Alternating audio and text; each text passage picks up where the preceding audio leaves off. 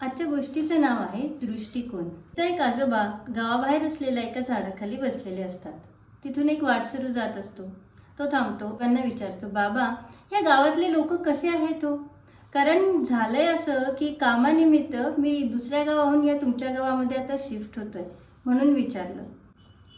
बाबांनी त्याला विचारलं, तुम्ही जे गाव सोडून आता येणार आहात त्या गावातले लोक कसे होते? तेव्हा तो वाटसरू म्हणतो, काही विचारू नका त्या लोकांबद्दल. अतिशय वाईट लोक होते, खूप त्रास द्यायचे, सतत भांडणं करायचे. मी तर इतका परेशान झालो होतो, कधी एकदा ते गाव सोडतोय असं मला झालेलं होतं. यावर ते आजोबा म्हणाले, हो का, मग तर तुम्ही या गावात अजिबात येऊ नका, कारण ह्या गावातले लोक तर त्याहूनही जास्त भांडकुदळ आहेत. काही वेळानंतर तिथून एक दुसरा वाटसरू जात असतो. तो त्या बाबांना विचारतो, बाबा या गावातले लोक कसे आहात हो? मी या गावात आता शिफ्ट होतोय म्हणून विचारलं. बाबांनी त्याला विचारलं, तुम्ही जे गाव सोडून येताय त्या गावातले लोक कसे होते?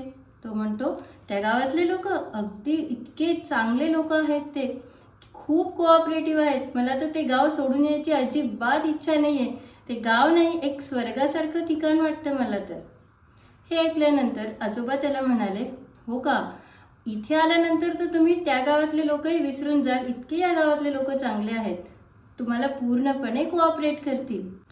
कोणीतरी बाबांना विचारलं, तुम्ही असे वेगवेगळे उत्तरं कशी काय दिली? तेव्हा बाबा त्याला म्हणाले, ज्या मनस्थितीतून तुम्ही लोकांकडे बघता ना, तसेच लोक तुम्हाला दिसतात.